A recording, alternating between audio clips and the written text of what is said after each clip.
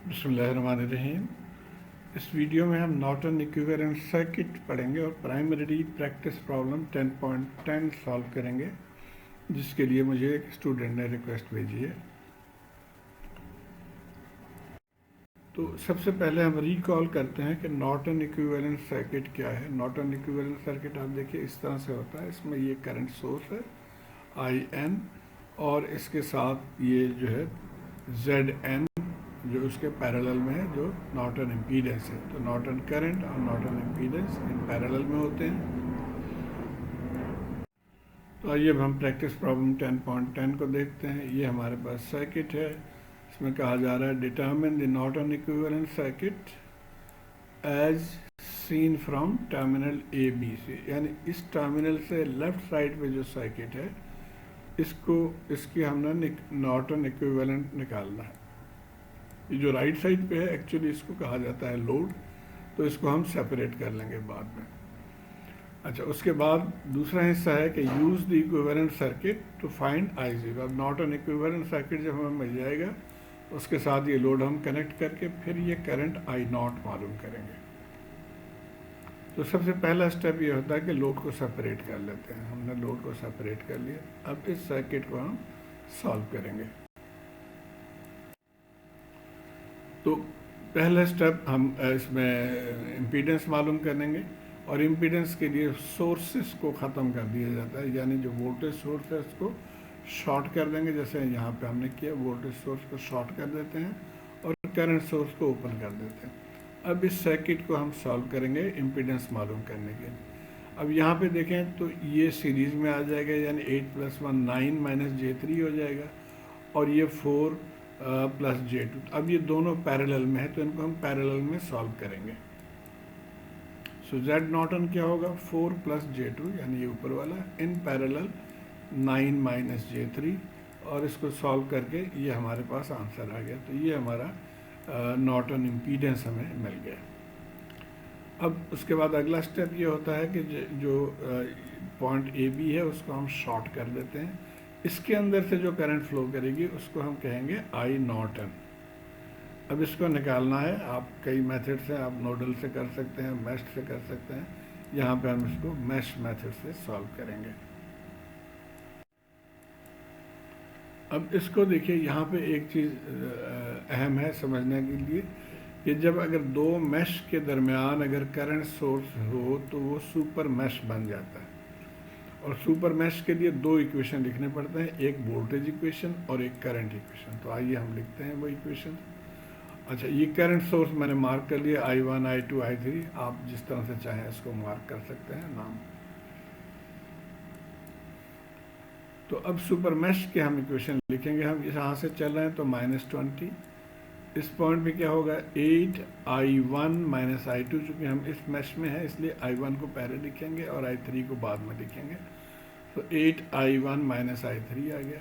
यहाँ पे आ गए 1 - j3 के साथ I2 और I3 है, तो 1 - j3 I2 - I3 लिख लेंगे हम यहाँ पर। इसको सिंप्लीफाई कर लिया तो ये हमारा इक्वेशन नंबर 1 आ गया। तो ये KVL इक्वेशन आ गया सुपर मैश से। अब हम KCL इक्वेशन इस पॉइंट पे निकालेंगे, या हम नीचे निकाल सकते हैं या ऊपर निकाल सकते हैं। तो हम यहाँ ऊपर पे हम इस पॉइंट को हमने कह दिया, नाम इसका दे दिया C पॉइंट या C नोड। तो C नोड पे अब क्या होगा इक्वेशन, आप देखिए करंट एंटरिंग है यहाँ से, ये भी करंट एंटरिंग है और I2 करंट लीविंग है। तो इसका मतलब हुआ I1 + 490 बराबर है I2 के। यहाँ से हम I1 को ये इस तरह से लिख लेंगे। तो ये हमारा सेकंड इक्वेशन हो गया। अब थर्ड इक्वेशन हम ये मैश नंबर 3 में लिखेंगे। तो मैश नंबर 3 में भी हम यहाँ से चल रहे हैं तो 4 + j2 है, इसके साथ I3 मल्टीप्लाई हो जाएगा, 4 + j2 I3। उसके बाद हम यहाँ पे आए, यहाँ पे क्या है 1 - j3, और चूँकि हम मैश 3 में है तो I3 - I2 लिखेंगे। सो 1 - j3 I3 - I2।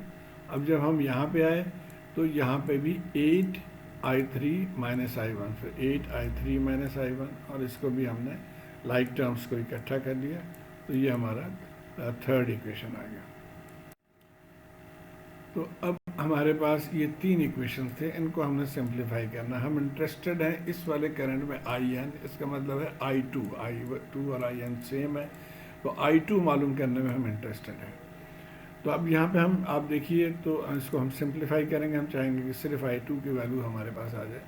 बहरहाल आप इक्वेशन नंबर 1 और 3 में एक चीज़ देखें कि यहाँ पर ये 8I1 पॉजिटिव है, यहाँ -8I1 है, यहाँ पे ये प्लस टर्म है, यहाँ पे वही टर्म माइनस में है। तो अगर हम इन दोनों को ऐड करें तो ये एलिमिनेट हो जाएंगे और हमें एक सिंप्लीफाइड इक्वेशन और मिल जाएगा। तो इन दोनों को ऐड कर दिया हमने, तो ये हमारा simplified equation in terms of I3 आ गया, यानी दिस और ये। और यहाँ से हम I3 की वैल्यू निकाल लेंगे, तो ये I3 आ गया 4 - J2। ये इक्वेशन नंबर 4 आ गया। अब हमें I1 मालूम है, I3 मालूम है, तो हम किसी एक इक्वेशन में ये वैल्यूज पुट करके I2 निकालेंगे। हम इसमें डालेंगे इक्वेशन नंबर 1 में। So putting value of I1 and I3 from equation 2 and 4 in equation 1। अब इस इक्वेशन में हमने वैल्यू डाल दिया 8, यहाँ पे I1 था, I1 की वैल्यू हमने ये वाला पुट कर दिया। इसी तरह ये I2 है, यहाँ पे 9 -J3 के साथ I3 था, तो I3 की वैल्यू हमने पुट कर दी। और इसको अब हम सिंप्लीफाई करके I2 की वैल्यू निकाल लेंगे, तो I2 हमारे पास आ गया 8.39 एंगल 32.61। तो ये I2 अब आ गया। तो I2 हमने अभी डिस्कस किया था कि I2 और IN सेम है, तो IN भी वही वैल्यू यहाँ पे हमने लिख लिया। अब हम आ जाते हैं नॉर्टन सर्किट पे। हमने IN निकाल लिया, तो इसकी वैल्यू लिख दिया। ZN हमने पहले निकाल लिया था, तो ये यहाँ पे आ गया। अब हम लोड जो हमने सेपरेट किया था, इसको अब इसके साथ कनेक्ट करके I0 करंट मालूम कर लेंगे। तो ये लोड को हमने कनेक्ट कर दिया, यहाँ पे देखिए इस तरह से आ गया। अब ये I0 करंट जो इस लोड में से इसको मालूम करना। तो अब भी सिंपल देखें कि ये करंट सोर्स है और ये दो रास्तों से करंट तकसीम हो रही है, तो हम इसको करंट डिवीजन रूल से इसको निकाल सकते हैं। तो करंट डिवीजन रूल अगर आपको याद हो, उसमें क्या होता है कि टोटल करंट, ये अपने total current divided by total impedance, यानी दिस प्लस दिस, और मल्टीप्लाइड बाय ऑपोजिट आर्म। हमने इस आर्म में निकालना, ये इसका ऑपोजिट आर्म है, तो उससे मल्टीप्लाई कर देंगे और इसको सॉल्व कर लेंगे, तो ये हमारे पास आंसर आ गया। अपने कैलकुलेटर को कॉम्प्लेक्स मोड में जाके आप इसको 1 स्टेप में सॉल्व कर सकते हैं। अगर आपको नहीं पता तो मेरी वीडियो है how to use calculator for complex mode, वो आप ज़रूर देख लें। तो ये हमारा आंसर आ गया। तो उम्मीद है आप इसको फॉलो कर पाए होंगे और इस तरह सवाल को आप इजीली सॉल्व कर सकते हैं। शुक्रिया।